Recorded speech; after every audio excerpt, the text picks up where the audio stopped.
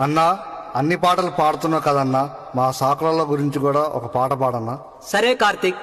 సాకలన్నా సక్కని చరిత వివరంగా చెబుతాను వింటావా ఘనత.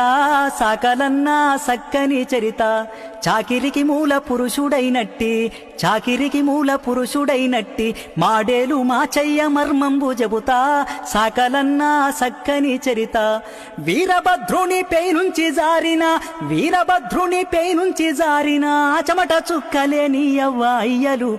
సాకలన్నా సాకలన్నా సాకలన్నా సక్కని చరిత వివరంగా చెబుతాను వింటావా ఘనత.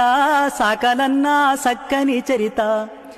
ఒకనాడు శివుడు జంగముని వేషములో మాడేలు సీతాలు ఇంటి ముందరికొచ్చి 84,000 జీవరాశులున్న బొంతను ఉతకమని ఆ దంపతులకిచ్చే.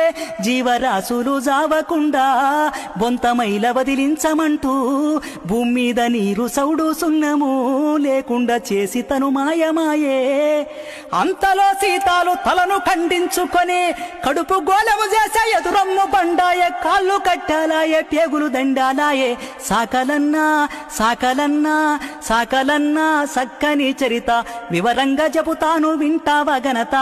సాకలన్నా సక్కని చరిత చాకిరికి మూల పురుషుడైనట్టి మాడేలు మాచయ్య మర్మంబు చెబుతా.